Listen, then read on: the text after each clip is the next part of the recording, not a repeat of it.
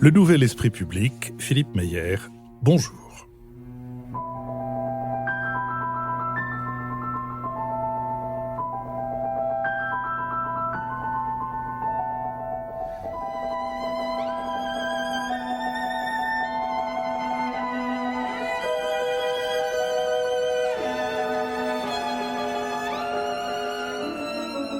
Bonjour, merci de nous avoir rejoints pour cette nouvelle émission thématique qui sera consacrée au général de Gaulle à l'occasion de la parution de la biographie que le professeur Julian Jackson signe et publie aux éditions du Seuil. Mais avant que nous nous lancions dans cette thématique, je voudrais juste vous rappeler que nous enregistrerons en public au Théâtre Michel le lundi 13 janvier. Nous y enregistrerons la première, c'est un lundi et non plus un dimanche, la première d'une série de 4 émissions hors série consacrée à Paris et que vous pouvez d'ores et déjà vous inscrire grâce à ce lien que vous trouverez sur notre site.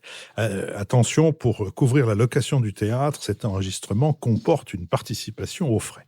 Et à propos de frais, nous allons donc remercier celles et ceux qui assurent notre financement et qui ajoutent à leur soutien moral un soutien matériel. Et pour ma part, je remercie Christian Vallès, Yves Simone, Roger Jourdan, Gérald et Martine Arlin, et Catherine Prince, Michaela Wiegel.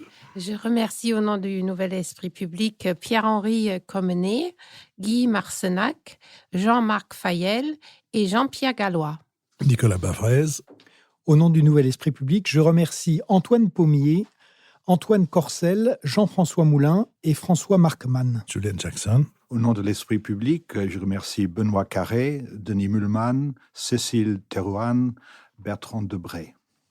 François Bujon de l'Étang. Et pour ma part, j'exprime mes remerciements à Farid Ouatmani, Sylvain Ravenne, Joseph Losson et Martine Laverne. Merci à elles et à eux et merci à celles et à ceux qui vont prochainement les rejoindre. Vous avez compris que nous sommes ici avec le professeur Jackson, avec François Bujon de l'Étang, ambassadeur de France et ancien membre du cabinet du général de Gaulle, avec Nicolas Bavrez, avocat et essayiste, et avec Michaela Wiegel, correspondante à Paris de la Frankfurter Allgemeine Zeitung. J'ai trouvé dans les mémoires du diplomate, poète et journaliste libanais Salah Stétier cette appréciation sur le commandant de Gaulle, rédigée par le général de Bigot du Grand-Rue lorsque de Gaulle quitta son poste au Liban. Depuis 2 ans que je peux l'apprécier dans les fonctions de chef du 3e bureau de mon état-major, je n'ai cessé d'éprouver pour l'ensemble des qualités intellectuelles et morales qu'il possède une estime mêlée d'admiration. Sur la valeur guerrière, je n'ai pas besoin d'appuyer, ses blessures, le reste de ses citations se passent de commentaires. J'insiste sur les mérites hors pair de ce soldat, qui développe par un travail constant les qualités qu'il a conscience de posséder. Il sait d'ailleurs les faire apprécier avec discrétion, gardant en toutes circonstances une attitude réservée, empreinte d'une correction toute militaire. Beau soldat, ce sera un beau chef, qu'il y a intérêt pour le bien de son armée et de toute l'armée à pousser rapidement aux hautes situations où il donnera sa pleine mesure et ne décevra pas. Voilà une citation que je n'ai pas trouvée dans votre... Non, que je ne connaissais pas, en fait. Je connaissais pas. Mais je suis très fier d'avoir trouvé quelque chose que vous n'avez pas mis dans votre livre, parce que c'est assez rare.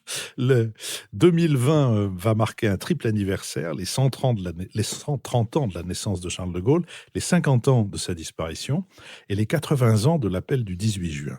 Pour nous y préparer, c'est le citoyen d'un pays avec lequel le général a entretenu des rapports pour le moins contrastés, la Grande-Bretagne, le professeur Julian Jackson, qui enseigne à Queen Mary. Vous êtes un spécialiste de l'histoire de France au XXe siècle. On vous doit notamment La France sous l'occupation 1940-1944 aux éditions Flammarion. Et vous publiez, je l'ai dit, aux éditions du Seuil, De Gaulle, une certaine idée de la France, ouvrage salué par la critique britannique, américaine et française et couronné du Duff Cooper Prize. Pour cette biographie, vous vous êtes appuyé sur de nombreux fonds documentaires, lettres, des livres et sur les archives récemment ouvertes de la présidence de la Ve République ainsi que celle de Michel Debré.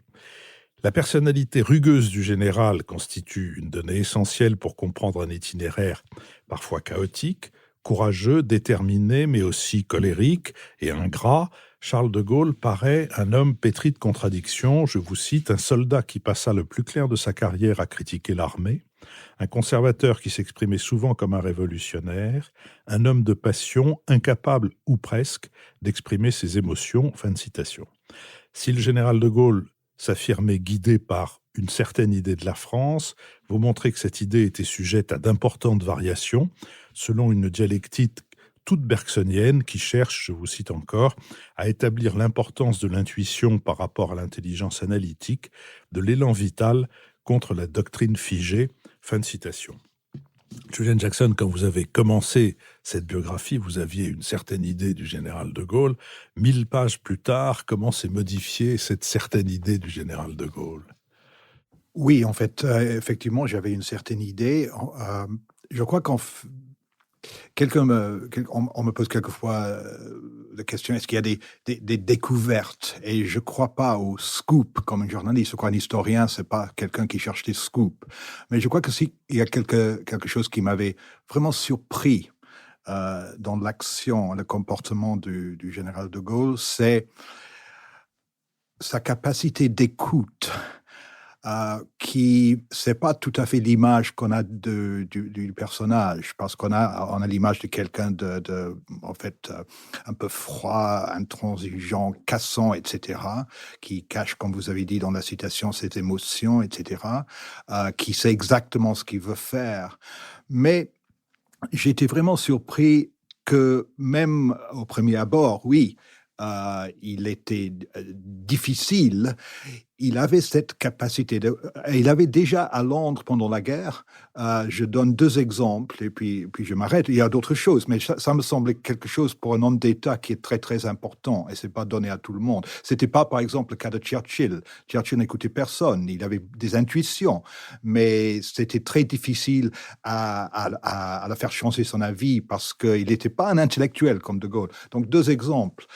Quand Christian Pineau est venu à Londres pour représenter la résistance en juin 1942 parce qu'il voulait avoir une déclaration des idées politiques de Gaulle. Et De Gaulle ne voulait pas qu'on lui arrache quelque chose. Il détestait ça. Mais Pineau voulait quand même quelque chose qui montrait que De Gaulle soutenait la démocratie, la République, etc. Et donc, il y avait des conversations très difficiles. Et un jour, Henry Hawke, qui était un des syndicalistes à Londres, qui était autour de Gaulle, qui connaissait De Gaulle depuis le début, parce qu'il se trouvait à l'ambassade en juin 1940, lui a dit « Mais ne vous désespérez pas. Il ne donne pas l'impression d'écouter, mais il écoute. » Et en fait, si je peux maintenant aller à la Ve République, beaucoup d'exemples, mais j'en prends un. C'est dans un témoignage que Paul de Louvrier a donné à un diplomate britannique. Et de Louvrier, c'était un jeune économiste qui était envoyé par De Gaulle en Algérie juste après son retour au pouvoir parce qu'il voulait savoir avoir une opinion sur l'Algérie. Et puis après, en fait, il a nommé de Louvrier comme délégué général en Algérie. Et de Louvrier, il va en Algérie, il rencontre des gens, il revient à l'Élysée. Et De Gaulle lui dit, donnez-moi vos impressions. Il a fait un rapport écrit, mais il veut d'abord avoir ses impressions oraux. Et donc, pendant une demi-heure, Louvrier parle, il divise comme un bon fonctionnaire français son rapport en plusieurs, en fait, au moins 3. Et De Gaulle ne donne pas l'impression d'écouter, il dit rien, et quand même de Louvrier très jeune et très intimidé, parce qu'il ne sait pas qu'est-ce qu'il en pense, il ferme les yeux de temps en temps, mais est-ce qu'il ne prend pas des notes? Et puis après la fin, De Gaulle dit merci, et lui-même, il parle pour, 35 minutes, et il reprend dans le même ordre tous les points que de Louvrier a fait, 1, 2, 3, 4, il les reprend, il fait ses propres commentaires, et puis il fait son synthèse. Et donc, ça m'a surpris, en fait, puisque vous posez la question. C'était pas mon idée du général de Gaulle. Vous donnez beaucoup d'exemples de cette façon du général d'écouter, mais quelquefois, contrairement à l'exemple que vous venez de donner avec de Louvrier, de ne pas réagir du tout, de laisser son interlocuteur partir très étonné, de n'avoir eu aucune réaction, et le même interlocuteur voit ressurgir ses propositions, et même quelquefois, il les voit ressurgir après que de Gaulle ait fait un commentaire plutôt négatif ou plutôt... Tout à fait. Il y a un côté, une espèce de, de rumination, on a l'impression l'expression du général et à un moment donné, il digère quelque chose ou il ne le digère pas et ça ressort. Tout à fait. Donc, je crois qu'il était en constante rumination, en fait, de Gaulle. Et je suis tout à fait d'accord. Il était presque incapable de montrer de la gratitude et de se dire qu'il avait tort. Donc, mais un autre exemple, c'est Hervé Alphand, à Londres, ancien Français libre qui est devenu diplomate après, en fait, qu'il avait essayé de le tirer vers la démocratie, vers la République. Et quelquefois, Alphand écrit, parce que son journal est magnifique pour comprendre de Gaulle, je trouve, parce que c'est le seul qui va de la France libre jusqu'à la fin. Il n'y en a pas d'autres exemples. Et Alphand dit, le problème avec de Gaulle, je ne me souviens pas de la citation exacte, mais il n'écoute pas, il est intransigeant. Mais il voit exactement ce que vous avez dit. Quelques jours plus tard, ce qu'il a dit réapparaît. Même si de Gaulle ne lui dit rien, Alphand voit que ça a marché. Et donc, je crois que la phrase que vous avez utilisée, la rumination, de Gaulle est toujours en train de réfléchir, de penser. François Bujon de l'Étang, vous avez fréquenté le grand ruminant. Oui, c'est pas comme ça que je le percevais d'ailleurs, mais soit. J'ai eu la chance de le fréquenter très tôt dans ma carrière, puisque j'en parlais avec le professeur Jackson. J'ai eu la chance d'entrer au secrétariat général de la présidence de la République quand j'avais 26 ans et d'y passer au fond les 3 premières années de ma carrière. Je suis resté avec le général de Gaulle jusqu'à sa démission le 27 avril 1969 et je l'ai en effet beaucoup fréquenté parce qu'on le voyait beaucoup, finalement, jamais en tête-à-tête, ou très rarement en tête-à-tête. Et il avait, d'ailleurs, vous expliquez très bien dans votre livre ce qu'était la vie quotidienne à l'Élysée, il avait un emploi du temps extrêmement minuté, et tout ce qu'il faisait était géré d'une façon que je qualifie toujours de militaire, parce que c'est ce qui le définit le mieux. Il avait des habitudes de militaire. Vous dites très bien, par exemple, comme il voyait tous les soirs, quoi qu'il arrive, quelles que soient les nouvelles sensationnelles ou pas, le secrétaire général de l'Élysée à 18h, le directeur du cabinet à 18h20, le chef de l'état-major particulier à 18h40 et M. Focard à 19h. Ça, c'était... Et le journal télévisé à 20h. À 20h, Sauf une c'est vraiment... Après, il rassemblait les documents que nous lui avions fait passer par les aides de camp et il les montait à l'appartement et il était à l'appartement pour le journal télévisé de 20h, effectivement. Mais on le voyait souvent. Moi, j'avais la chance, puisque je faisais partie des diplomates du secrétaire général, d'assister par exemple aux remises de lettres de créance. Et c'était souvent l'occasion d'avoir des apartés, de le voir assez régulièrement. Et puis il avait coutume d'inviter de temps en temps à déjeuner à l'appartement un ou 2 ou 3 de ses collaborateurs, avec leurs épouses d'ailleurs. Intimidant, non en fait, dont Madame de Gaulle exigeait qu'elle portasse chapeau pour l'occasion. Et c'était effectivement très intimidant, parce que c'était un personnage extraordinairement intimidant. Et en même temps, toujours avec ses collaborateurs, en tout cas qui étaient souvent beaucoup, beaucoup plus jeunes, d'une extrême courtoisie et d'une certaine patience qui était parfois surprenante, je dois dire. Mais je l'ai donc beaucoup vu, beaucoup approché. Et alors, si vous permettez que je vous fasse un compliment, pour commencer, j'ai beaucoup aimé votre biographie, que j'ai trouvée extrêmement vivante et très humaine. Et c'est ce caractère humain que je mettrais en premier, parce que tel Diogène, vous vous promenez avec une lampe à la main et vous cherchez un homme. Et ce que je trouve de très frappant dans cette biographie, c'est qu'au-delà de la geste gaulienne, au-delà du mythe, vous avez recherché l'homme de Gaulle, la personnalité. Et vous citez très méticuleusement et très souvent des choses qui marquent ses doutes, ses hésitations, ses moments de découragement, ses sautes d'humeur qui étaient nombreuses et dont ses collaborateurs sont témoins souvent. Je trouve que ça, c'est ce qui m'a le plus frappé dans la lecture de votre livre. Et en fait, je crois que c'est vraiment un défi pour n'importe quel biographe, parce qu'une biographie, par définition, c'est une personne, un personnage. Bien sûr. Et de Gaulle, il y a un côté, en fait, donc je suis en fait ravi de ce que vous venez de dire, parce que pour moi, c'était très important, mais c'était vraiment difficile. Je crois que c'est plus difficile dans le cas de Gaulle que de beaucoup d'autres personnes, hommes politiques, parce qu'il est toujours en scène. Oui. Il est vraiment un comédien né, Oui. en fait. Oui.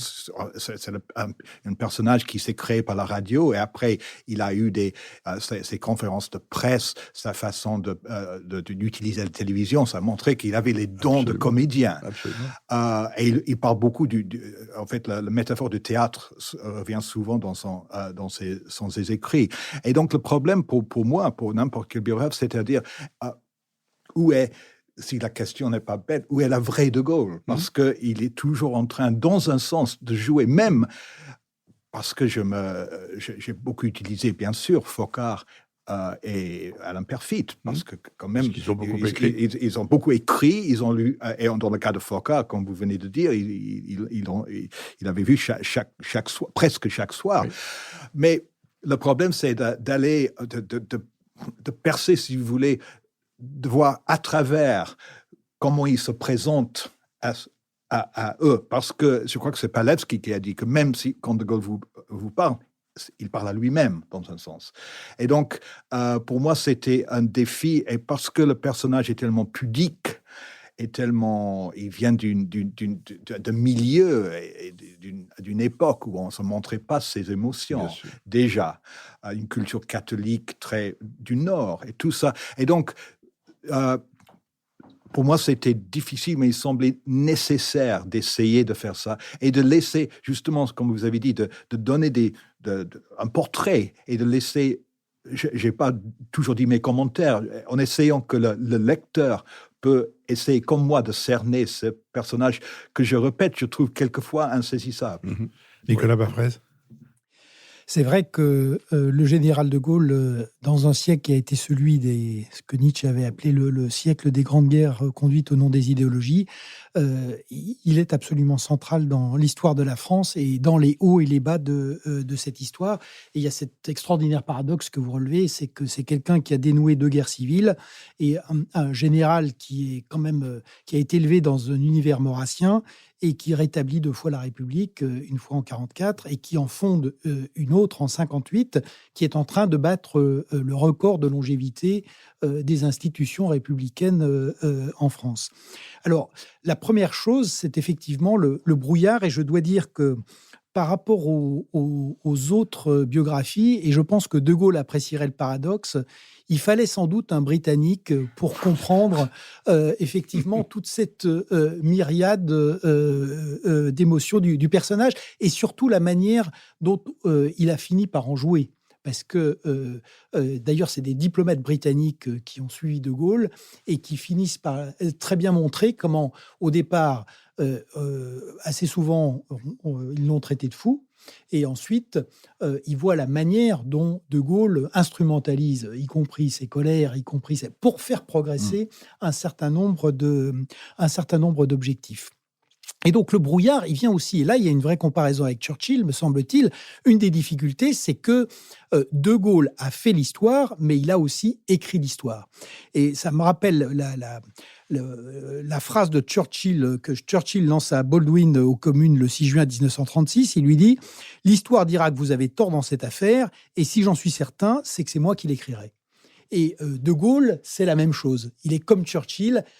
Il écrit l'histoire aux 2 sens du terme, il l'a fait, et ensuite, il est son propre historien, ce qui rajoute une difficulté supplémentaire.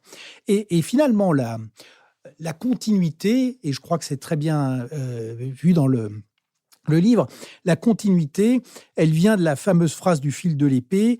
Il est vrai que parfois les militaires, s'exagérant l'impuissance relative de l'intelligence, négligent de s'en servir. Et De Gaulle, il n'a jamais négligé de se servir de son intelligence. Et c'est frappant de voir que ce qui va le servir en fait toute sa vie, ce sont les premiers livres, ceux de l'entre-deux-guerres. Qu'est-ce que c'est qu'un chef ? Qu'est-ce que c'est que la relation entre le civil et le militaire ? Qu'est-ce que c'est que l'action ? Et c'est vrai que cette structure militaire, on la rencontre dans beaucoup d'aspects. En fait, il est clausewitzien d'abord dans la manière dont il aborde l'événement. Il y a la raison politique, il y a la vision du stratège et il y a le coup d'œil dans l'action. Et chez lui, c'est ce qu'on retrouve partout dans la politique économique, dans la guerre, dans la manière dont ils font de la Ve République. il y a toujours la part de coup d'œil. Et donc, le génie de De Gaulle, c'est qu'il a une vision stratégique, mais il ne part jamais avec un système préconçu et fermé. Et comme vous le montrez très bien, ensuite, il s'adapte aux événements et il est capable, y compris, finalement d'aller pas du tout vers l'endroit qu'il avait prévu au départ. On l'a vu, par exemple, les positions différentes sur l'Allemagne sont un exemple. On l'a vu évidemment aussi à la manière dont il mène l'affaire algérienne. Il a une idée de ce à quoi il veut arriver, mais ensuite, il fluctue beaucoup.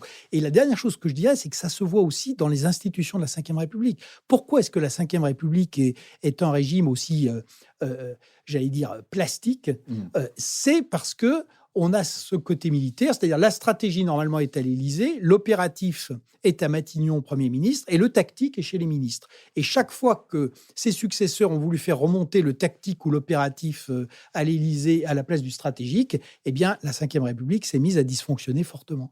Et je crois que vous pourrez le confirmer, De Gaulle ne s'occupait pas de la tactique. Et il veillait à ce que ses collaborateurs ne s'en occupent pas trop, justement. Nous allions dans les réunions interministérielles régulièrement, avec une instruction très ferme du général de Gaulle qui était d'y aller en témoin muet et de ne jamais y prendre la parole.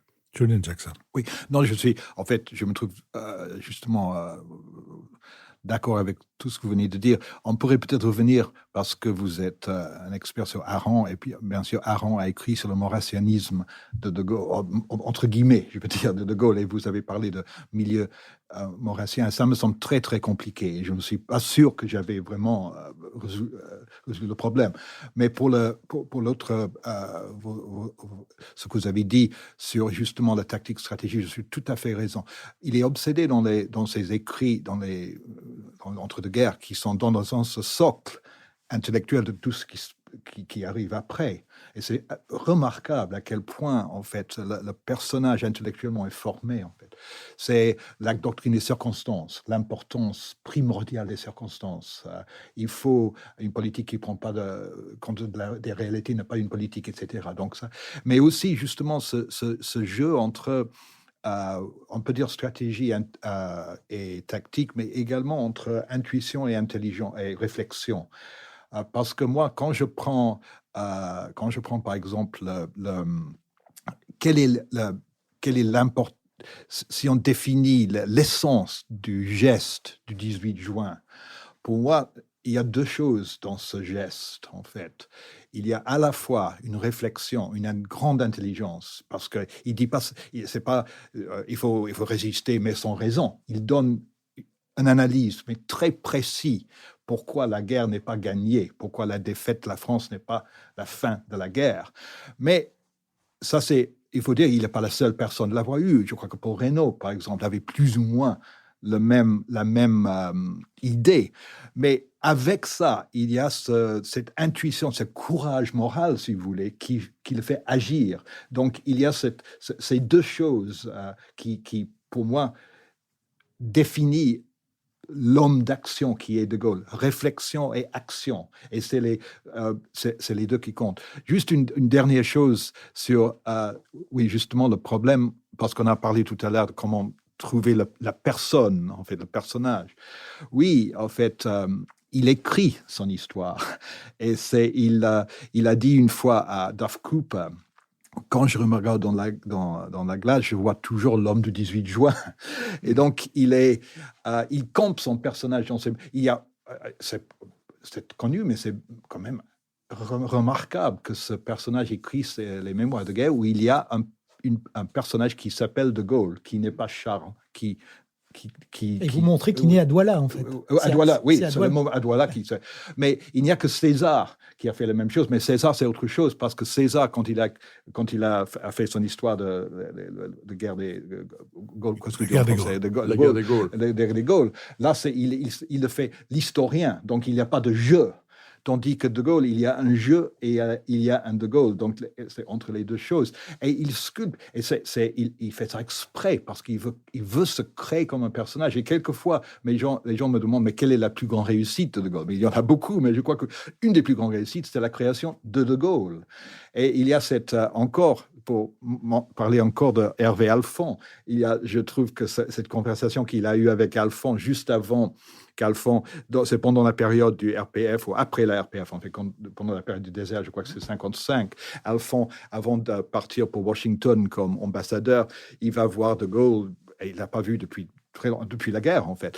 Et De Gaulle est dans un de ces moments de mélancolie et de désespoir. On va tout perdre. La 4e République va perdre l'Algérie, l'Alsace-Lorraine, la Bretagne, la Corse. Tout est foutu, etc. Donc, et Alphonse, oui, c'est déprimant, effectivement, mon général. Mais De Gaulle dit, ne vous désespérez pas. Vous ne savez pas qu'il y a eu, et il dit, un type qui s'appelait Clovis.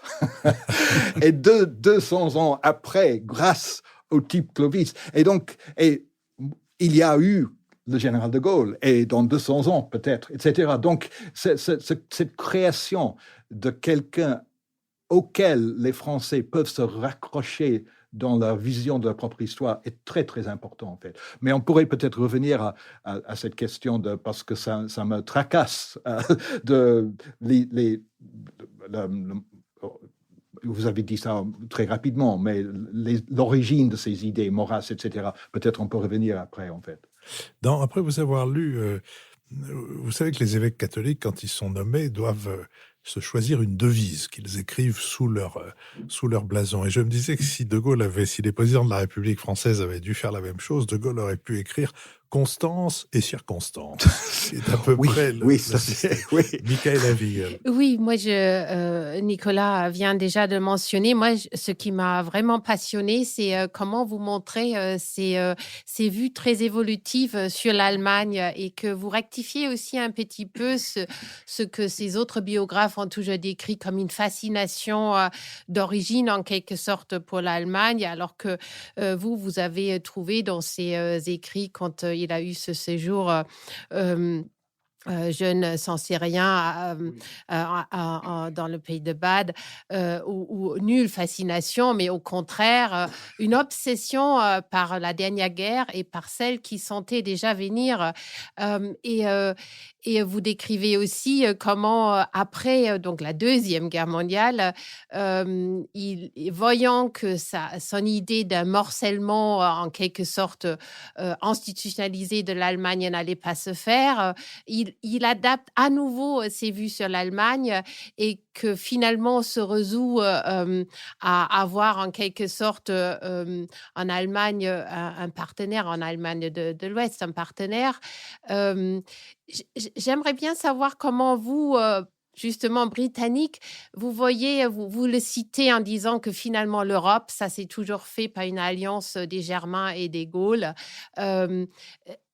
Vous voyez une constance justement jusqu'à aujourd'hui dans cette lecture où vous avez l'impression que c'était encore une fois plutôt de circonstances qu'il disait ça, que justement comme il avait accepté la perte de l'Algérie, il s'est tourné, parce que la concomitance des dates est quand même frappante, il s'est tourné vers l'Allemagne, le traité de l'Élysée est quasiment parallèle au dernier soubresaut de l'Algérie. Oui, non, oui, j'étais, parce que beaucoup de gens parlent de la fascination pour l'Allemagne, c'est pour ça que j'étais un peu sceptique, dans le sens, je crois qu'il n'est fasciné que par la France, en fait. Mais il est quand même, comme tout jeune homme de sa génération, l'Allemagne, c'est le pays sur lequel il fallait réfléchir. Mais non, je crois que là, en fait, on revient à son adaptabilité, parce que on parle beaucoup en fait, le rapprochement. En fait, on ne parle pas assez du fait que, en fait, c'est la 4e République, c'est Robert Schuman et Monnet, en fait, qui avaient, dans un sens, lancé le partenariat allemand. Mais ce que De Gaulle a pu faire, c'est encore la mise en scène, ce geste remarquable d'inviter Adenauer. Et ça, c'était vraiment une intuition. Adenauer, c'est le seul dirigeant étranger qui est invité de passer quelques jours à Colombey en septembre 58. Et c'est quand même, il a compris instinctivement, De Gaulle, que ça donc c'était une façon de mettre en scène quelque chose qui était déjà en gestation, parce que c'est pas lui qui avait commencé le rapprochement après la guerre. Et Adenauer se méfiait de De Gaulle. Et Adenauer au début se méfiait, mais il faut dire que De Gaulle l'a envoûté après. Il se méfiait au début, oui, avant de le connaître, il se méfiait à 100%. Mais puis après, il était vraiment séduit parce que tous les deux partageaient ce même. On avait parlé de la courtoisie, une certaine socle de valeurs catholiques, etc. Du 19e siècle, en fait, politesse, etc. Tous les deux très rusés, mais ça ne va pas. Ça va toujours avec la courtoisie. Donc, oui. Mais sur l'Allemagne, il est toujours en réflexion, il s'adapte beaucoup. Mais je crois qu'il ne faut pas exagérer. Il y a toujours, pour moi, il y a une méfiance, en fait, qui n'est pas jamais très loin. Et il devient, donc on parle du traité de l'Élysée qui n'a pas tout à fait marché comme il voulait, mais il a accepté. C'est comme ça que ça arrive. Parce que ce qu'il ne faut jamais oublier avec De Gaulle, c'est que pour lui, tout est mouvement. Rien n'est figé. On ne réussit jamais. C'est-à-dire, on réussit, mais il y a une citation remarquable avec son entretien avec Cyrus Sulzberger, le grand reporter américain, qui voit De Gaulle une fois par an. Et une fois, Sulzberger lui dit, mais quelle est votre plus grande réussite et votre échec? Et De Gaulle dit quelque chose comme... Je ne peux pas répondre à cette question parce que dans chaque réussite, il y a déjà l'échec et dans chaque échec, il y a la réussite. Donc, ça, c'est très bergsonien, c'est-à-dire tout est en mouvement, etc. Donc, pour lui, le traité de l'Élysée, ça n'a pas donné tout ce qu'il voulait, donc il fallait continuer. Mais je crois qu'en fait, il ne faut pas exagérer. La méfiance, c'est quand même... Et pas très loin, en fait. Et pour De Gaulle, le partenariat franco-allemand était basé sur le fait que les Français avaient le nucléaire et les Allemands ne l'avaient pas. Et pour lui, je ne veux pas faire parler De Gaulle de la tombe, parce que l'importance de De Gaulle, c'est qu'il est dans son contexte et on ne sait pas ce qu'il aurait pensé du monde actuel. Mais qu'est-ce qu'il aurait pensé de la réunification ? On ne sait pas. Ça, je suis sûr qu'il aurait été... Il en parlait beaucoup, mais toujours comme quelque chose qui était très, très loin à l'avenir. Donc, pour moi, c'est l'adaptabilité. Pour lui, tout est ancré dans cette relation entre ces deux pays. Mais la méfiance... Donc, en 67, il commence un rapprochement avec l'Union soviétique, la Russie, comme il l'appelait, parce que il y a toujours... Il revoit la carte de l'Europe comme quand il était jeune, en fait. Donc, oui, il n'y a pas de réponse simple à ce que vous avez dit. François Bujon de l'Étang. Non, ce que vous dites est très intéressant et je crois qu'une des raisons pour lesquelles il n'y a pas de réponse simple, c'est que, et c'est très sous-jacent dans tout ce que vous venez de dire, c'est que De Gaulle était un grand pragmatique, au fond. Il avait des idées très arrêtées sur les choses, il en avait sur les gens, très souvent, mais il n'était pas dogmatique. Il était pragmatique, il le dit d'ailleurs dans Le fil de l'épée, où il y a cette phrase extraordinaire, il dit toujours « l'action, c'est les hommes au milieu des circonstances ». Alors, les circonstances, elles changent. Les hommes, non. Ils ont à s'y adapter, au fond. C'est ce qui est... Et c'était un très grand pragmatique, et on l'a vu dans beaucoup de choses. Alors, nous venons de parler de l'Allemagne. Moi, je vais me tourner de l'autre côté. Vous êtes britannique. Et ce qui m'intéresse sont les relations entre De Gaulle et le monde anglo-saxon, au fond, et notamment avec les États-Unis. Il a eu des relations très difficiles avec Roosevelt pour des raisons dans lesquelles, je crois, les responsabilités sont très partagées, et une grande part, à mon avis, en incombe à Roosevelt. Oh, moi aussi, je suis d'accord, qui a été en fait. très mal conseillé par un certain nombre de Français, notamment en exil à Washington, parmi lesquels Jean Monnet, je suis désolé, et Alexis Léger, que j'allais mentionner, Philippe me devançait, qui a savonné toutes les planches possibles à ce malheureux général de Gaulle. Et tout ceci a joué un rôle funeste chez Roosevelt. Mais il y a d'autres Américains avec lesquels il s'est fort bien entendu. Il avait beaucoup d'estime pour le général Eisenhower, dont il pensait qu'il avait bien compris l'importance de rétablir un pouvoir démocratique en France. Il lui a toujours été, jusqu'à sa mort, reconnaissant d'avoir accepté de laisser la 2e DB et la première armée française entrer à Paris avant les forces américaines. C'est Eisenhower qui a pris cette décision contre l'avis de Washington, d'ailleurs. Mais aussi avec Nixon. Ça, j'en suis témoin, parce que j'ai assisté aux entretiens de Trianon, du 1er et du 2 février 1969, et il y a je ne résiste pas d'ailleurs, parce que vous avez mentionné M. Alphand, au plaisir de vous citer une anecdote qui est que quand Nixon a décidé de se lancer dans la course aux primaires républicaines en 1968, il a envoyé des lettres à une quarantaine de chefs d'État ou de gouvernement dans le monde demandant à les voir, et il en a envoyé une au général de Gaulle. Alors nous avons, avec René de Saint-Légier, demandé l'avis du Quai d'Orsay, c'est-à-dire de M. Hervé Alphand, qui avait été ambassadeur pendant 9 ans à Washington et qui venait de rentrer au secrétariat général.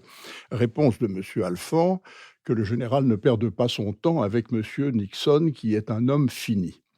Nous avons transmis cet avis au général de Gaulle, et le papier est revenu le lendemain matin avec en travers sa grande écriture penchée, disant « Dites à M. Alphand qu'il se trompe, je recevrai M. Nixon ».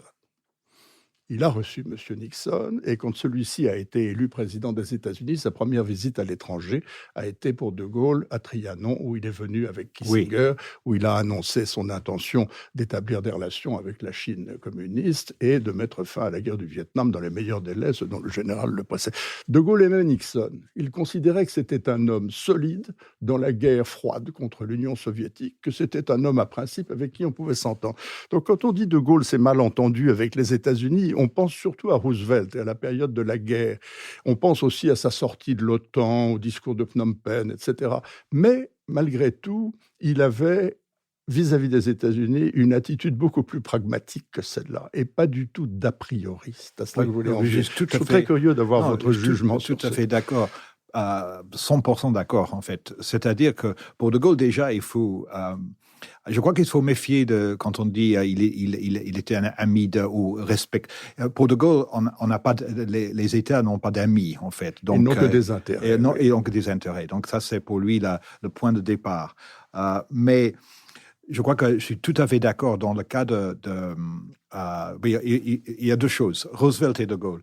Là, Roosevelt n'a rien compris. C'est-à-dire, au début, je crois que Roosevelt la stratégie de Roosevelt était tout à fait logique au début. C'est-à-dire que quand même, si ça aurait été possible de tirer le gouvernement de Vichy vers les Alliés, et c'était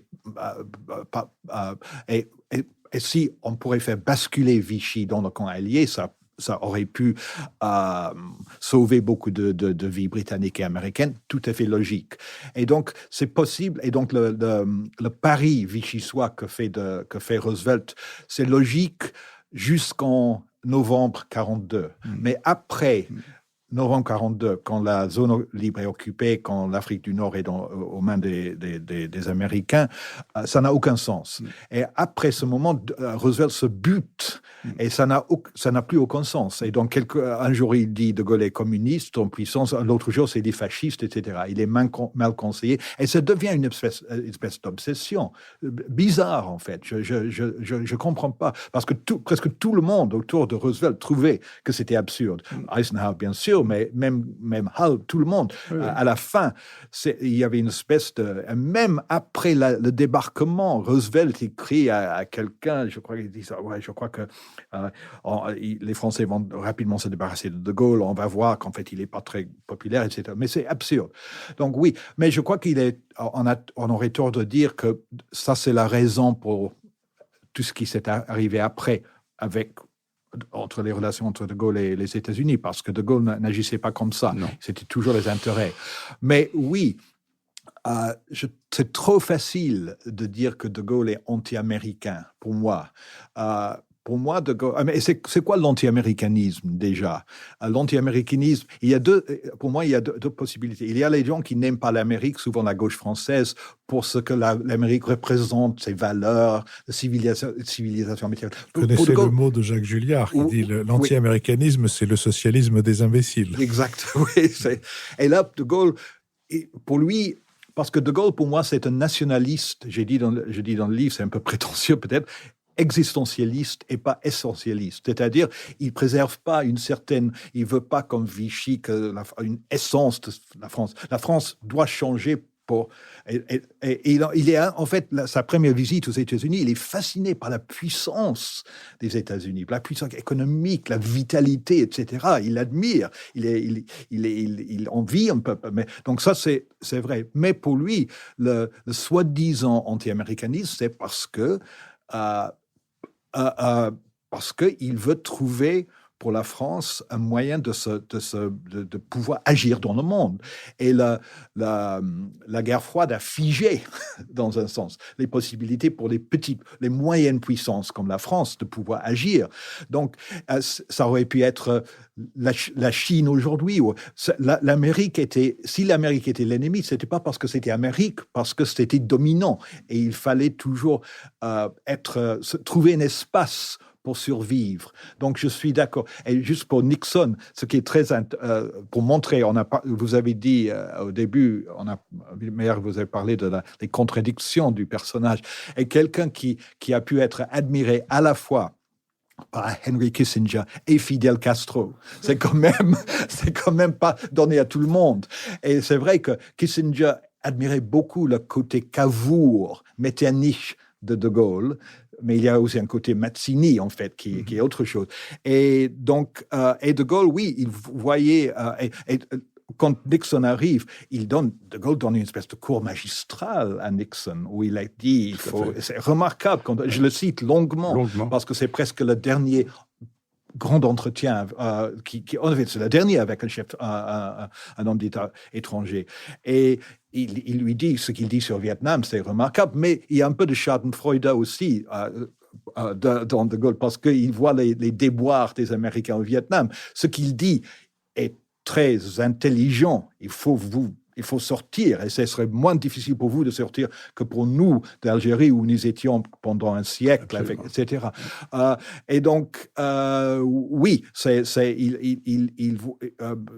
relations, oui, il apprécie l'intelligence et la ruse également. Oui, et le fait que Nixon était un homme structuré avec des idées très fermes. Oui. Nicolas Bavrez.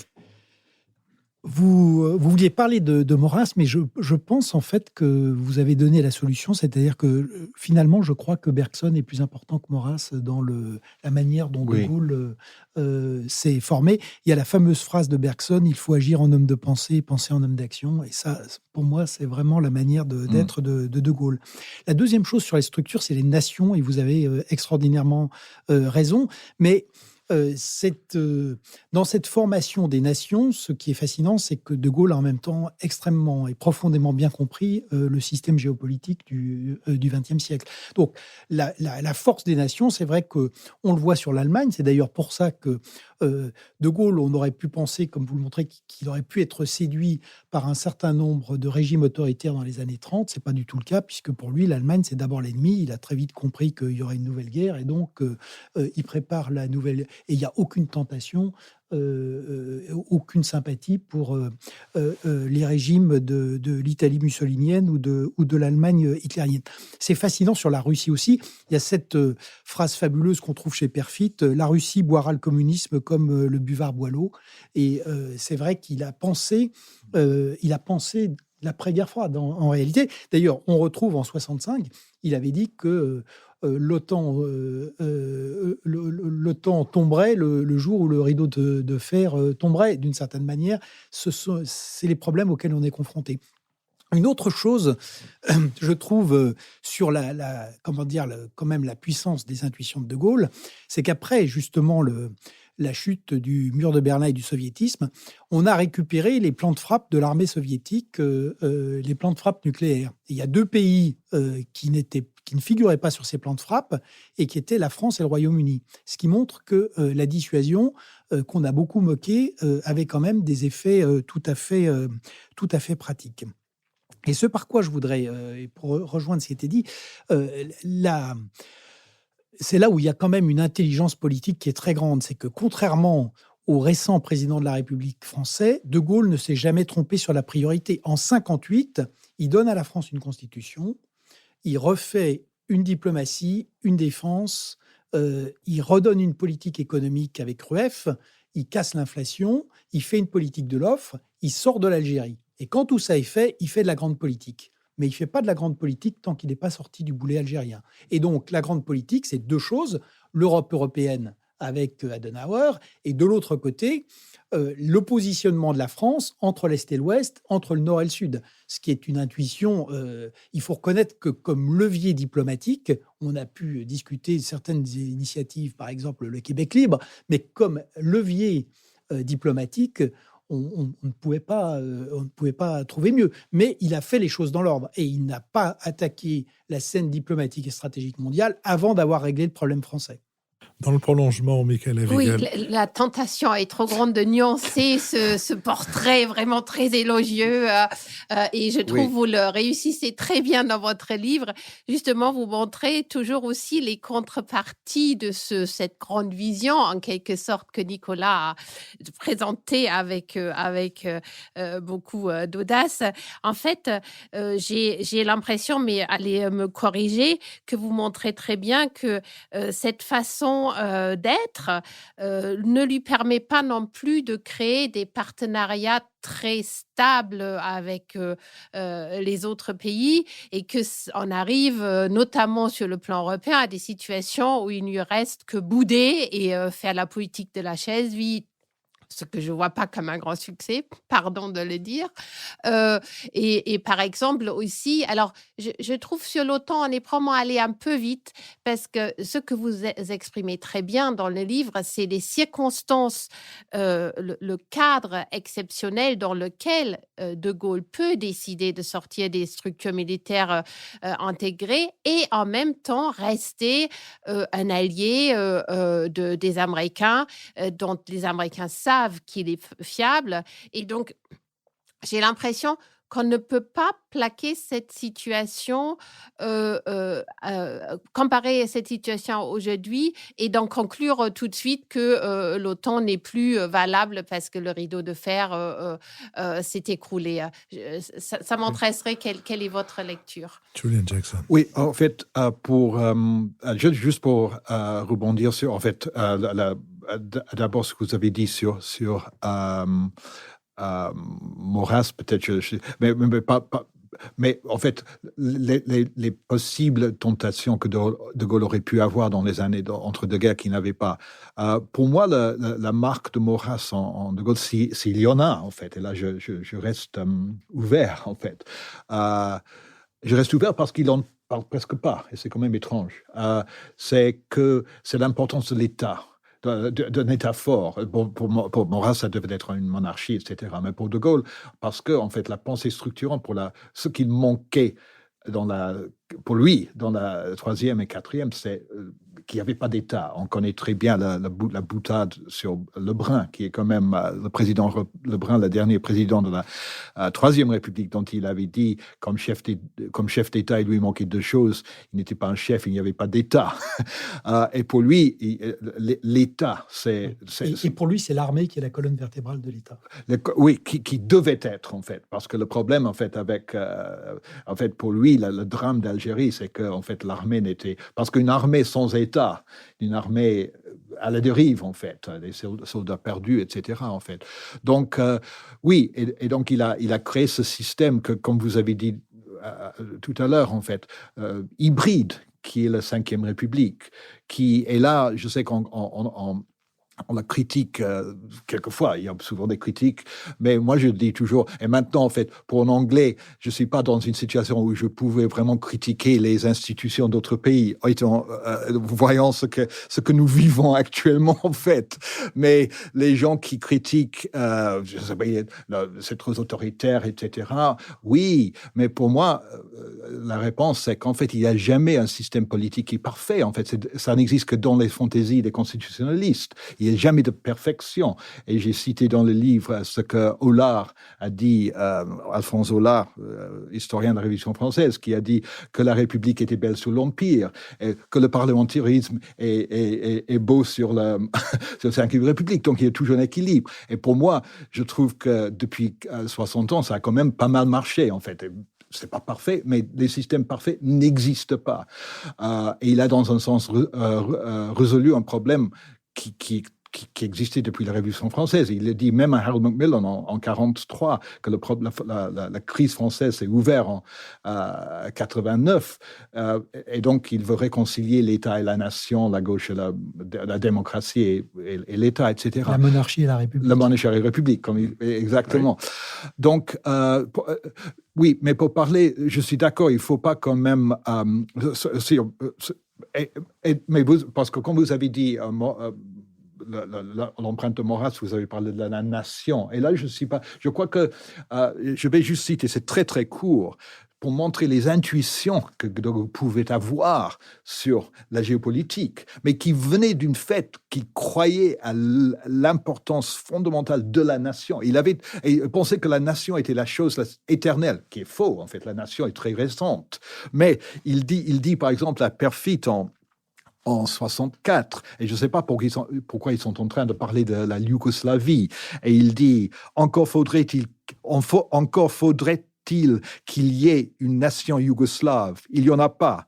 Il n'y a que des bouts de bois qui tiennent ensemble parce qu'ils sont liés par un bout de ficelle. Le bout de ficelle, c'est Tito. Quand il ne sera plus là, les bouts de bois se disperseront. » Et ça vient parce qu'il pense que tout ce qui compte, c'est la nation. Et donc, c'est pour ça qu'il peut penser à l'après-guerre froide, parce qu'il ne pense pas, et ça, là, il est très différent, par exemple, de Jean-François Revel ou d'Aron, Revel qu'il a détesté comme un libéral qui croyait l'importance des idéologies, et Aron qui était sceptique parce qu'il était obsédé également par les idéologies. Et De Gaulle, je crois qu'on peut dire que De Gaulle a gagné cet argument parce que ces idéologies sont écroulées et ce qui a survécu, c'est la nation. Mais je suis d'accord, je crois que mon livre est souvent très critique, comme De Gaulle, comme acteur dans la scène internationale. Mais pour moi,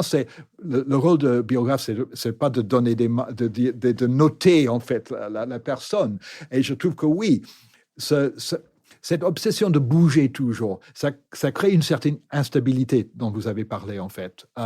Et vers la fin, je trouvais que ça marchait moins bien. Il y avait un côté où un vieux homme qui pense que le temps est limité, et je trouve qu'il se maîtrisait, il maîtrisait les choses moins bien en 67, 68, c'est autre chose. Mais je crois qu'il avait, même quand il avait tort, et tout le monde a tort, même quand la tactique ne marchait pas, il y a toujours cette intelligence qui essaie de penser le monde. Et je crois que c'est pas qu'il avait réussi toujours à voir bien, et je suis d'accord avec la chaise vide, mais déjà, si on prend la chaise vide, il y avait toujours un côté de théâtre. C'est-à-dire qu'il voyait bien qu'il gardait ses bases là. Donc il faut pas, même au moment où il est le plus, il va très souvent jusqu'au bout, et il ne va pas, il se jette pas dans le vide, si vous voulez. Donc il est très compliqué. Mais je suis d'accord, en fait. La politique de rapprochement avec l'Union soviétique, ça n'a pas donné grand-chose, il faut dire. Mais dans un sens, je crois qu'il avait quand même raison de vouloir la tenter. Et donc, c'est ça qui... Et je crois que pour moi, ce n'est pas qu'il a réussi, mais ce que je trouve fascinant dans le personnage, c'est cette constante réflexion sur le monde qui est ancrée dans un socle d'idées fortes qui viennent du XIXe siècle, en fait, mais qui donnent une cohérence à l'action. Je crois que si nous avons retenu essentiellement tout ce qui montre que De Gaulle était un grand homme et un grand homme d'État, c'est un peu pour illustrer cette phrase d'Alphonse Hollard, c'est que la République était belle sous l'Empire et le général De Gaulle est très beau sous ses successeurs. Oui. Mais il est vrai, et c'est vrai aussi, vous en êtes en partie responsable, parce que oui, votre livre est critique quand vous croyez qu'il faut être critique, votre analyse est critique quand il faut être critique, mais l'ensemble du livre fait surgir un personnage auquel on s'attache comme un héros de roman. Il y a une chose qui, moi, m'a frappé, c'est il y a une phrase de Hitchcock qui dit dans un film à suspense, ce qui est intéressant, ça marche quand les gens connaissent déjà la fin. Et c'est la manière dont on arrive à cette fin qui est... Et moi, j'ai lu votre livre comme ça. On connaît la fin du général et on en connaît même beaucoup de choses puisqu'on en a été contemporain, du moins pour ce qui me concerne, la partie de 58 à son départ. Et je rentrais chez moi pour un peu plus tôt pour pouvoir lire. Votre livre fait 1000 pages, donc on ne le lit pas en 5 minutes, mais pour pouvoir en lire un peu plus que je n'en aurais lu si j'étais rentré plus tranquillement. Il y a quelque chose de littérairement très réussi. Je crois d'ailleurs que votre traducteur mérite tout à fait. Elle a fait un beau travail. Des compliments très remarquables. Alors, il y a juste une chose qu'on n'a pas évoquée, évidemment, on arrive à la fin de cette émission, mais et qui là, pour le coup, n'est pas une réussite, c'est l'incompréhension de la société et de l'évolution de la société. Puis il y a une autre chose qui est plus anecdotique, c'est que De Gaulle parle tout le temps, mais il parle tout le temps en privé, à des gens qui le répètent ou qui l'écrivent ensuite dans leur mémoire. Et ce qu'il dit est tout à fait contradictoire. Ce sont des espèces de propos de table qui tout à coup, repris, répétés à l'infini, deviennent un élément de la doctrine. Je pense notamment à ce que le général avait pu dire sur ce qui arriverait si l'Algérie restait française, que Colombey les deux églises deviendraient Colombey les deux mosquées, etc. C'est de l'ordre des propos de table, me semble-t-il, mais tout à coup, pour les besoins d'une polémique, ça devient une espèce de doctrine selon lesquelles... Et là, il y a quelque chose qui est le contraire, et vous montrez bien que ça n'a pas de sens, parce que précisément, ce caractère évolutif, dialectique, bergsonien, appelons-le comme on veut, du général, fait qu'il lance quelque chose pour voir comment ça revient. Et à partir de ça, il se fait une idée. Et ça, aujourd'hui, ça devient très difficile, parce que c'est pas dans les mémoires de vos interlocuteurs que vous le retrouvez, c'est le lendemain matin dans la presse à la rubrique confidentielle. Donc voilà, mais peut-être un dernier mot sur les rapports entre De Gaulle et la société, l'évolution de la société. Il y a deux choses, en fait. En fait, et là, j'imagine que vous parlez un peu de 68, en fait. Et pour moi, en fait, je dirais que personne parmi la classe politique française a compris 68, en fait. Mitterrand n'a pas mieux compris 68. Même Mendes France, qui était un peu l'héros, n'a pas vraiment compris 68. Et donc, et pour moi, ce n'est pas étonnant qu'un homme qui s'approche de 80 ans, qui vient du milieu d'où il vient, n'aurait pas compris ce mouvement que je trouve, en fait, j'ai écrit un peu sur 68, que je trouve moi-même difficile à cerner. Donc, pour moi, c'est pas étonnant. Ça aurait été, le contraire aurait été étonnant, en fait, s'il avait compris. Donc oui, je crois qu'il avait pas, je crois que ses idées, en fait, personnellement, je trouve que ces idées sociales, c'est-à-dire ces idées sur la... moi, je trouve que ça, c'est un peu creux. Personnellement, je crois qu'il y a je sais qu'il y a des gaullistes maintenant qui trouvent que c'est... Mais moi, je pas mon opinion. Mais juste pour la dernière chose, en fait, maintenant, comme la République est belle, comme De Gaulle est beau sur ses successeurs, c'est pas seulement ses successeurs, c'est aussi je crois que maintenant, quand les Français voient De Gaulle, à travers De Gaulle, on voit Brigitte Bardot, on voit Jean-Paul Sartre, on voit la Citroën DS, on voit le Caravelle, on voit Poulidor. C'est-à-dire, on voit une grande période de l'histoire française où la France était vraiment presque intellectuellement encore le centre du monde. Et donc, je crois que dans la nostalgie pour De Gaulle, il y a un peu de nostalgie, pas que pour le personnage, mais que pour la période qu'il incarnait dans les années 60. Ce sont les derniers mots de votre livre où vous expliquez que De Gaulle a sauvé l'honneur de la France. Là, j'y crois. Et je crois que c'est tout à fait vrai. Oui. Et comme vous le disiez, au-delà de Poulidor, au-delà de Brigitte Bardot, je crois que surtout, c'est une période de l'histoire où il a fait en sorte que les Français soient fiers de la France et d'eux-mêmes. Et compte tenu de ce qui s'est passé au XXe siècle, c'est vrai que ça n'était pas très facile. Et pour moi, ça, c'est la clé. On a à peine parlé de la guerre, mais pour moi, ça, c'est la chose la plus importante, ce qu'il a fait pendant la guerre. À l'idée que quand on voit De Gaulle, on voit Brigitte Bardot, Madame De Gaulle aurait probablement été étonnée. François Bujon de l'État. Moi, j'ai assisté à l'entrée de Brigitte Bardot à l'Élysée, dans la grande réception des Arts et Lettres, où elle était habillée en hussard. Et le général De Gaulle lui avait fait un très joli compliment en lui disant « Ah, madame, quel joli petit soldat vous faites !»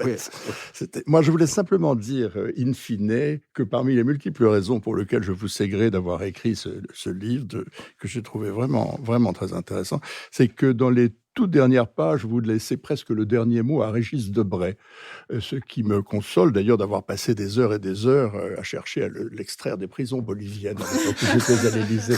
Régis Debray, dans son livre « À demain, De Gaulle », nous donne presque le mot de la fin, par-delà tous les jugements qu'on peut avoir sur le personnage, ses succès, ses échecs, puisqu'il écrit, et vous le citez, « Son nom seul servira longtemps de gomme à effacer la médiocrité ». Merci de ce dernier mot. Je pense que Julian Jackson est d'accord. Qu'est-ce que vous préparez maintenant? Quel est l'autre? Oui, je fais un livre sur le procès Pétain.